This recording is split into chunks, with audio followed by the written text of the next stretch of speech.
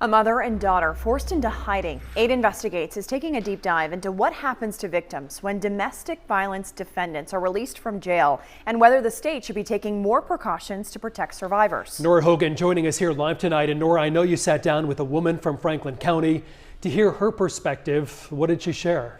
Well, John, Kathleen, Agnes Barden reached out to 8 Investigates because her abuser is getting out of jail tomorrow morning. By the time he's released, she'll have fled with her daughter. She says that it's her only option. I have a whole life that I have to evacuate. Barden says her husband abused her for years and that she only went to police when he threatened to burn down their house and kill her and their daughter. He pleaded guilty to domestic violence, terrorizing, and illegal gun possession. Despite having previous convictions, he'll get out after spending less than a year in jail. I was very adamant about it the day of his sentencing, and they still just let him accept a plea. When she heard he was getting released, she panicked and turned to advocates for advice. She's telling us that we're on a high mortality list, that we have, if he's released, there is a high probability he's going to come to that home and he's going to try to harm you and your daughter. You're not safe there. She has a protection from abuse order against him. He'll have to adhere to probation conditions, and local law enforcement officers offered some safety precautions. But she doesn't think it's enough to protect her and her daughter. An advocate said that she needed an escape plan. And then she's putting all these ideas in my head about teaching my daughter how to jump out a window and run to your nearest neighbor and teach her not to protect you and tell her that her life is more valuable than yours. And this is a 7-year-old child you're telling me that I have to tell these things to. It's terrifying. And although her husband is prohibited from owning guns, that hasn't stopped him from accessing them in the past. And I'm just going to make sure they can't find us because my daughter and me are not a statistic. I'm not going to allow it. She packed up all of her belongings and her daughter are going into hiding. I don't understand why our system's this way.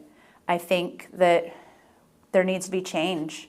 These are very unique cases because of the evidence. I sat down with Maine Prosecutors Association Director Shira Burns to learn more about where prosecutors are coming from when they're working on domestic violence cases. A lot of it is not based on victim safety, but also on keeping defendants out of jail. They want to see them be able to rehabilitate. In this case, it's possible that the defendant would have served a longer sentence if it went to trial.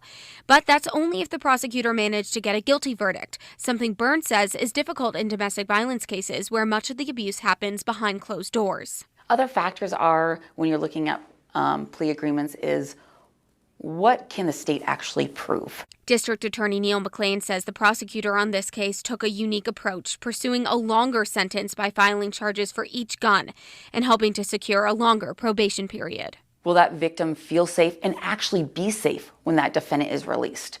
The criminal justice system does not provide that.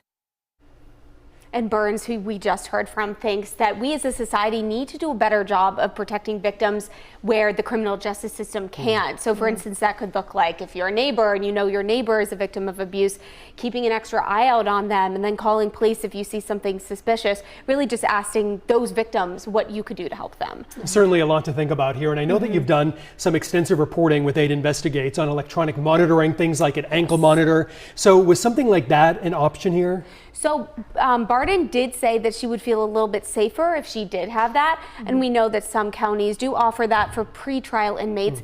But on a state level, that would be up to the Department of Corrections once someone's out on probation like her husband is. And that's not an option here in Maine.